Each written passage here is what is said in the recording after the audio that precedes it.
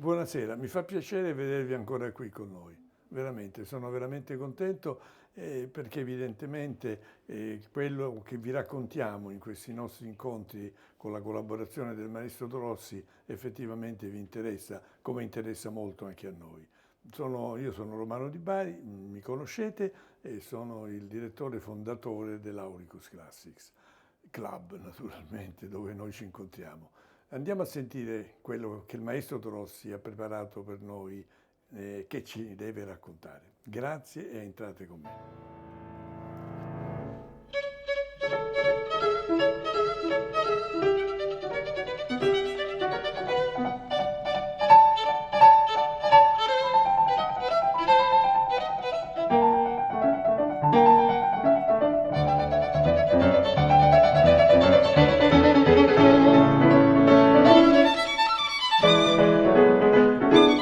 Stefano, come va? Tutto bene? Molto bene, grazie. Ho fatto delle buone ricerche, vedrai.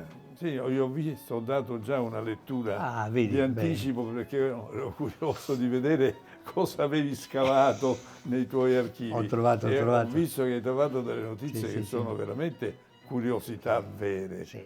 Benissimo, io penso che anche i nostri ascoltatori, spettatori saranno Speriamo. felici di sentirle perché sicuramente non le ha sentite nessuno. Ecco, Questo il poco segreto ma è sicuro. questo, certo. Oggi, come prima cosa, parleremo di questo disco che noi abbiamo fatto non molto tempo fa. Ed è un disco che raggruppa due compositori importanti. Uno è Beethoven e l'altro Frank. E quindi sono due compositori che hanno alle spalle una storia, una biografia molto interessante. Lascio la parola a te perché tu ce la racconti. Cominciamo con una citazione.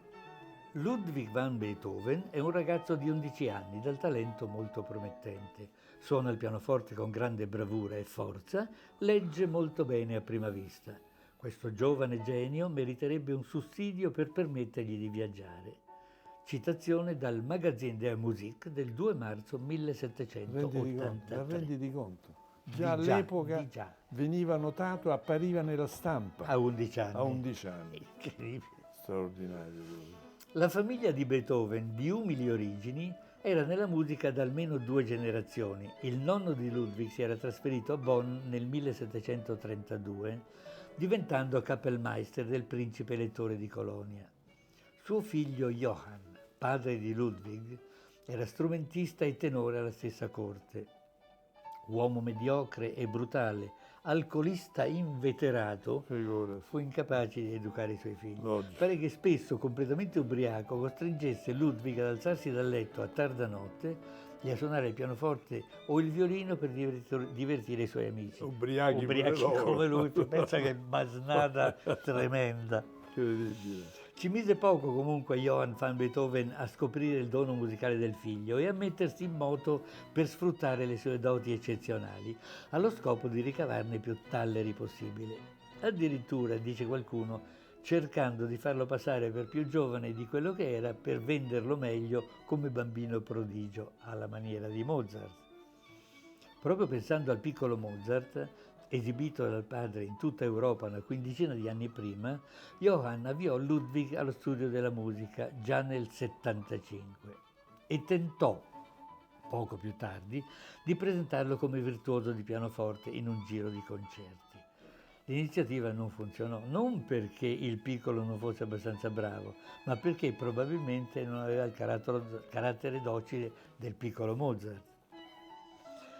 Qualche anno dopo, la morte di sua madre e l'incapacità di quel vecchio ubriacone del padre di sostenere la famiglia spinsero Beethoven a assumersi la responsabilità del mantenimento dei due fratelli Caspar e Nikolaus, lavorando come violista nelle orchestre dei teatri.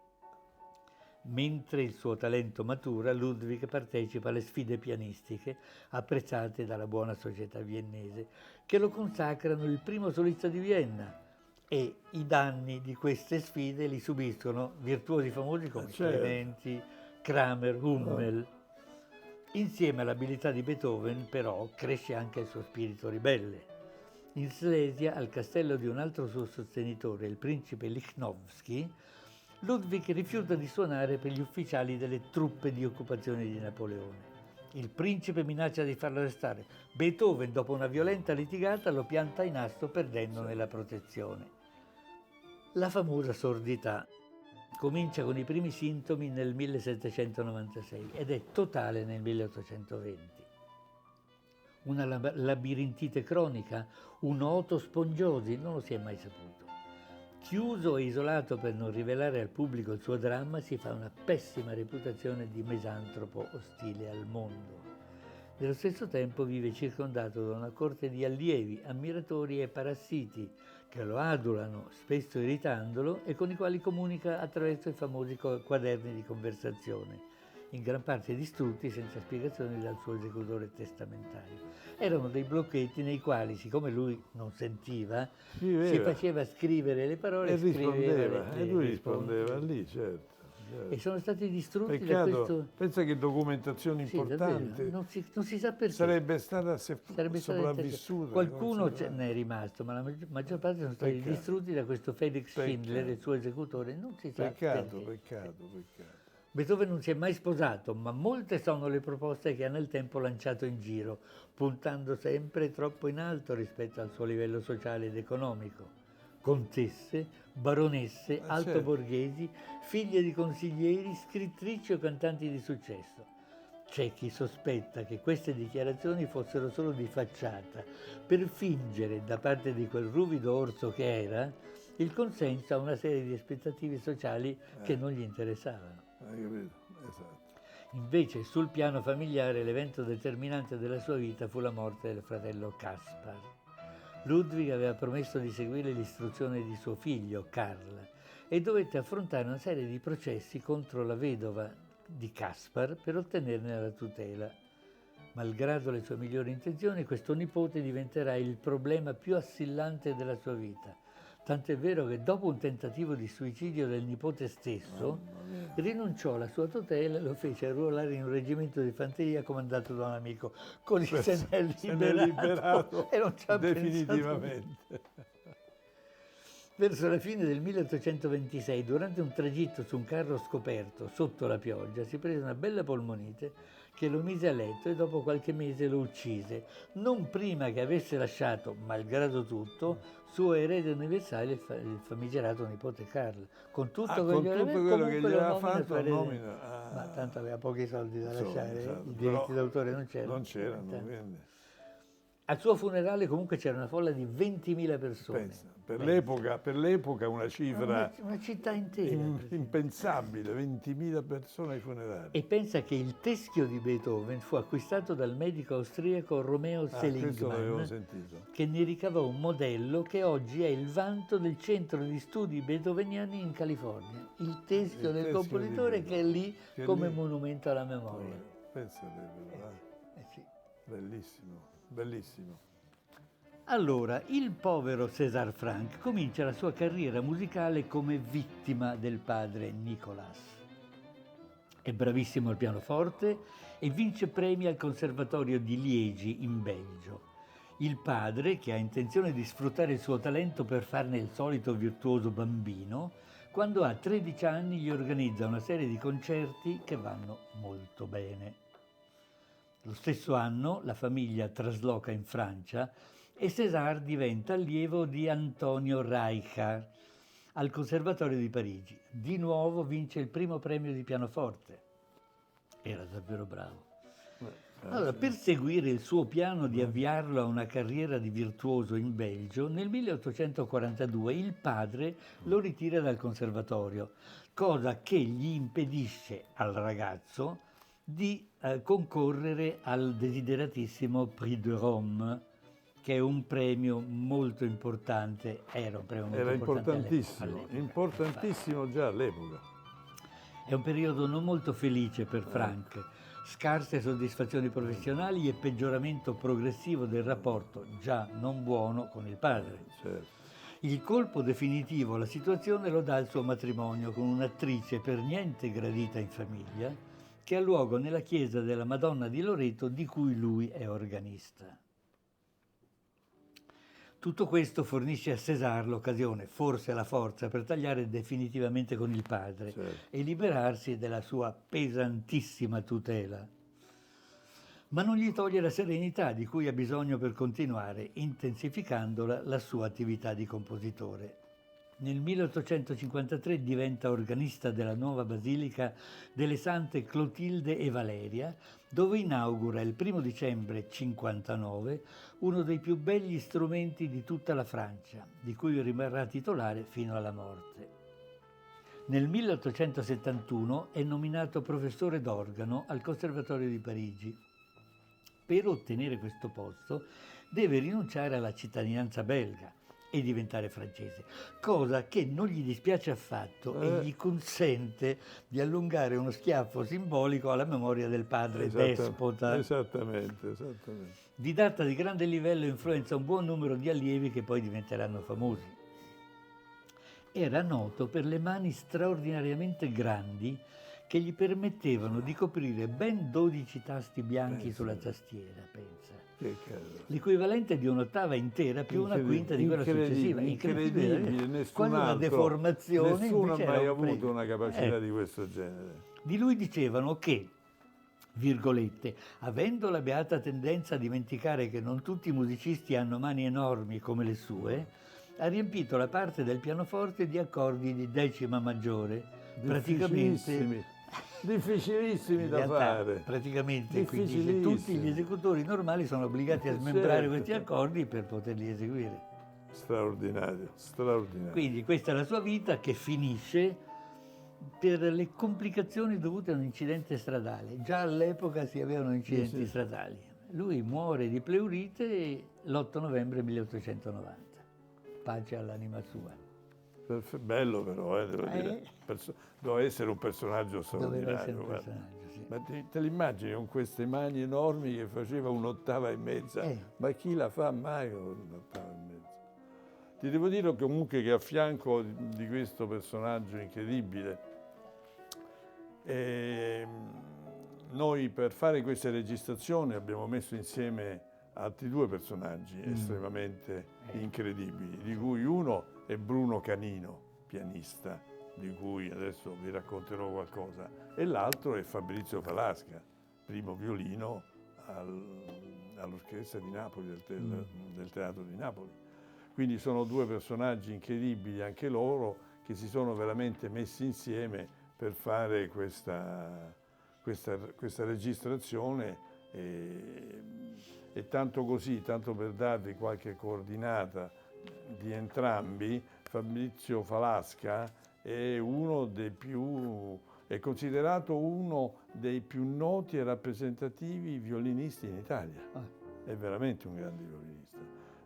Lui ha fatto esecuzioni come solista in teatri e festival musicali in tutto il mondo, ha fatto praticamente tutto c'è, dove si poteva andare a suonare come violino solista, lui c'era. È una lista lunghissima che non so neanche a farla e che poi spazia per tutto il mondo, dall'Italia negli Stati Uniti, a Montecarlo, a Teheran anche, a Vienna, in Iran, è andato dappertutto, perché è molto bravo. Lui ha suonato anche come solista in importanti orchestre come la Filarmonia, l'Orchestra di Padova e del Veneto, l'Italian Chamber Orchestra, la Filarmonica di Salerno, San Carlo di Napoli, Italian Youth Orchestra, a Cascais, Filarmonica Orchestra in Florida, Symphony Orchestra a Teheran, incredibile veramente.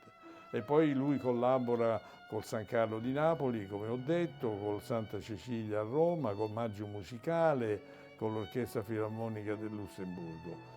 E poi lui nel 2016, è il caso di dirlo, ha vinto la posizione di Concertmaster alla Tiroler Symphony Orchestra di Innsbruck. Ma renditi conto, e nello stesso anno lui è stato, mamma mia, è entrato nella Philharmonia Orchestra di London come Assistant Concertmaster. che è una posizione Notevole. importantissima, direi di veramente. sì, sì. E quindi è uno che ha fatto veramente tante cose e continua a farne, sempre in grande attività. L'altro invece è Bruno Canino, il suo partner in questa registrazione. Bruno Canino, che anche qui, se dovessimo raccontare la biografia nei dettagli di Bruno Canino, ci vorrebbe mezz'ora solo per lui. Sì. Bruno Canino, comunque, tanto per darvi un'idea a tutti voi, è nato a Napoli, ha studiato pianoforte e composizione al Conservatorio Verdi a Milano, dove lui ha insegnato il pianoforte per 24 anni. Ma, incredibile. E per 10 anni lui ha dato corsi di pianoforte per 10 anni alla scuola di musica del Conservatorio di Berna. Se lo sono portato in Svizzera, capito? Poi anche lui ha avuto una bellissima carriera come solista e come musicista, come chamber musician nei principali avvenimenti della musica in Europa, Stati Uniti, Australia, Giappone, Cina. Per oltre 50 anni lui ha suonato regolarmente con un altro pianista importante, Antonio Ballista, e avevano fatto un duo di pianoforti, per cui Ballista, sì, era una cosa, insieme hanno fatto delle cose veramente straordinarie. E poi ha collaborato con moltissimi violinisti come Itzhak Perlman, Lynn Harrell, Salvatore Accardo, Vittoria Mullova e Uto Ughi anche. E ha suonato come leading orchestras, ha suonato in orchestre importanti che comprendono la Filarmonica della Scala di Milano, l'Orchestra dell'Accademia Nazionale di Santa Cecilia a Roma, Berliner Philharmonic, ti pare niente, the New York Philharmonic, the Philadelphia Orchestra, Orchestre Nationale de France. Ti rendi conto che ma Canino veramente... Ma infatti noi l'abbiamo accoppiato con Falasca perché sono due personaggi che hanno alle spalle una carriera, oltre alla capacità professionale, che è veramente fuori dal comune. Anche oggi mi pare che sia andata bene. Ci siamo divertiti. Ti ringrazio molto perché hai fatto un ottimo lavoro. Ma ti ringrazio io. Io cerco di starti appresso come posso. Però sì, basta con i complimenti. Quindi a questo punto... Per cui io ti ringrazio molto di tutto, ci sentiamo nei prossimi giorni perché ti parlerò ancora, stiamo preparando delle cose che pubblicheremo, abbiamo un calendario di pubblicazioni veramente interessante con dei lavori musicali di grande pregio e interpreti, esecutori veramente di grande talento. Quindi piacere ancora e ci risentiamo quanto prima. E a voi vi ringrazio per l'attenzione e la vostra presenza e vi ricordo di iscrivervi al nostro canale per non perdere i prossimi episodi di questa nostra serie che spero vi piaccia e di metterci il like per supportarci. Se poi volete comprare anche i nostri dischi andate su Amazon, li troverete tutti. Grazie e a presto.